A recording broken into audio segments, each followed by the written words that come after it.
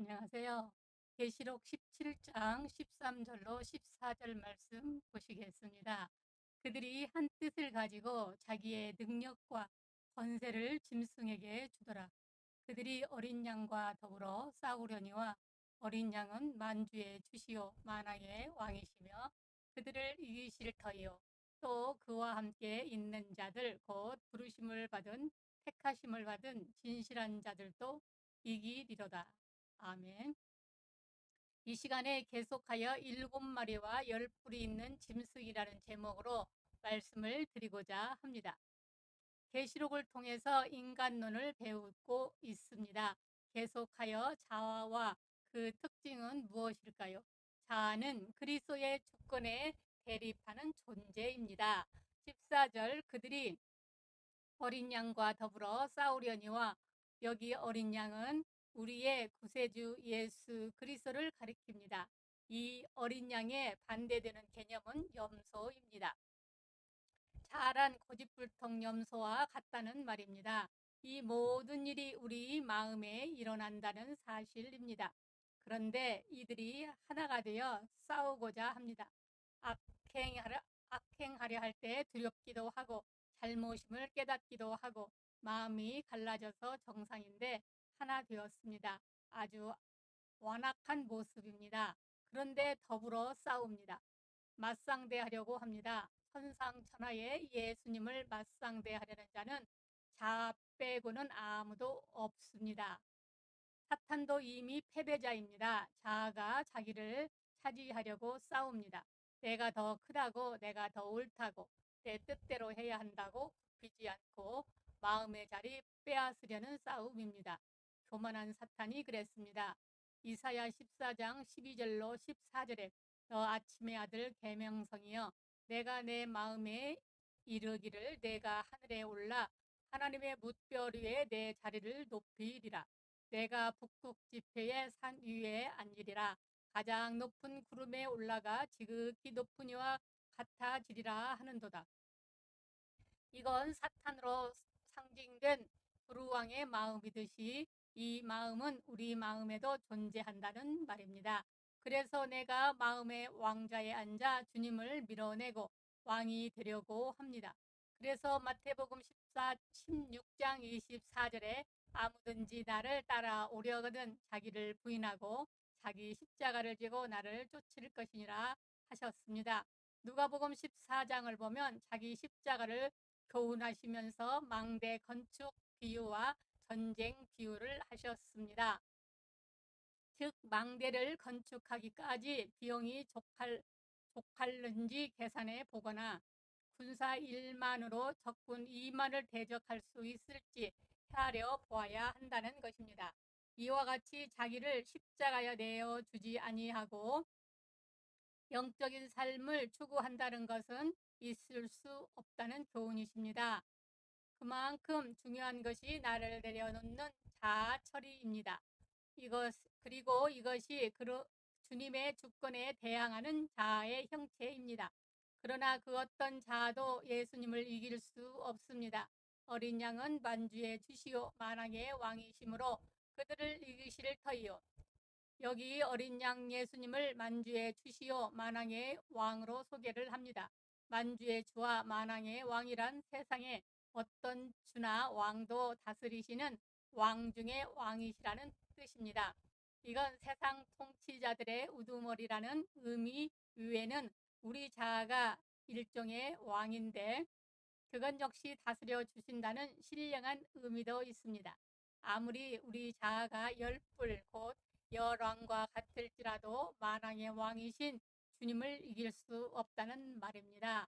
그래서 다니엘서 8장 25절에 스스로 서서 만왕의 왕을 대적할 것이나 그가 사람의 손을 말미암지 않고 깨어지리라 했습니다.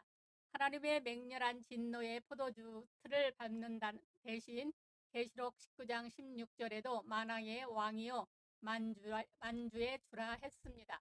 만약 대항하다가 누가복음 20장 18절에 무릇 이 돌 위에 떨어지는 자는 깨어지겠고 이 돌이 사람 위에 떨어지면 그를 가루로 만들어 흩으리라 하시니라 하셨습니다. 누구도 주님을 대항할 수 없습니다. 히브리 5장 8절에 그가 아들이시라도 받으신 고난으로 순종함을 배워서 온전하게 되었다는 했는데 하나님께서는 우리가 완악하면 할수록 불같은 연단이 기다리고 있다는 것입니다. 그래서 히브리 12장 9절에 징계를 통해 영의 아버지께 더욱 복종하도다 하신다고 했습니다. 이삭과 야곱을 비교해 보면 이삭은 순종의 사람이기에 고난이 없습니다. 고난이 있어도 기도하면 즉각 응답해 주시고 어려움이 닥쳐도 더 큰 도움이 나타납니다. 그러나 완악한 야곱의 생애는 고난과 고통의 연속이었습니다. 하나님의 손길을 이길 수 없는 야곱은 결국 하나님 앞에 순복하지 않을 수 없습니다. 또 어떤 사람이 자아를 이기느냐 하면 또 그와 함께하는 자들, 곧 부르심을 받고 택하심을 받는 진실한 자들도 이기리로다. 여기 한 사람을 약 4가지로 설명하고 있습니다. 그들은 예수님과 함께 있는 자들입니다. 그들은 나를 따라오라 부르심을 받은 자들입니다. 그들은 주님이 밤이 맞게 기도하신 후 특별히 택하신 자들입니다. 그리고 그들은 예수와 함께 살고 죽기를 약속한 진실한 자들, 예수님의 제자들입니다. 예수님의 제자가 이긴다는 말씀입니다. 이렇게 계시록은 신비한 책입니다. 그러므로 먼저 예수님의 제자가 되어야 합니다. 이와 함께 있다는 것은 예수님의 제자가 되기로 한 것을 가리킵니다. 마가복음 3장 13절로 14절에 또 산에 오르사 자기가 원하는 자들을 부르시니 나아온지라. 이에 12를 세우셨으니 이는 자기와 함께 있게 하시고 또 보내사 전도도 하며 귀신을 내쫓는 권능도 가지게 하려 하심이로라. 아멘. 여기 제자의 가장 중요한 목적은 함께 하시기를 위해서입니다. 마가복음 5장 18절로 19절에도 예수께서 배에 오르실 때에 귀신 들렸던 사람이 함께 있기를 간구하였으나 허락하지 아니하셨습니다. 거라사의 군대 귀신 들린 광인이 예수님의 도움으로 자유를 얻어 정상인에 된 다음에 주님과 함께 하기를 했습니다. 그 함께 함이란 제자가 되는 것을 의미합니다. 예수님의 제자가 왜 자아 즉 나를 이기느냐? 마태복음 16장 24절에 아무든지 나를 따려 오려거든 자기를 부인하고 자기 십자가를 지고 나를 쫓으니라. 마태복음 16장 24절은 말씀하십니다. 이것이 바로 제자의 도요, 예수를 주로 삼고 나를 내려놓는 것, 나를 부인하고 주님을 인정하고 따르는 것이 제자의 도이기 때문입니다. 그러니까 교만을 내려놓는 훈련을 열심히 하시기 바랍니다. 그리고 제자의 도를 끝까지 따라야 합니다. 그것은 성령 충만까지 받은 것을 말합니다. 사도행전 1장 4절로 5절에 사도와 함께 모이사 그들에게 분부하여 이르시되 예루살렘을 떠나지 말고 내게서 들은 바 아버지께서 약속하신 것을 기다리라. 요한은 물로 세례를 베풀었으나 너희는 몇 날이 못 되어 성령으로 세례를 받으리라 하셨느니라. 제자 훈련은 아직 끝나지 않았습니다. 그러므로 성령 충만 받아야 합니다.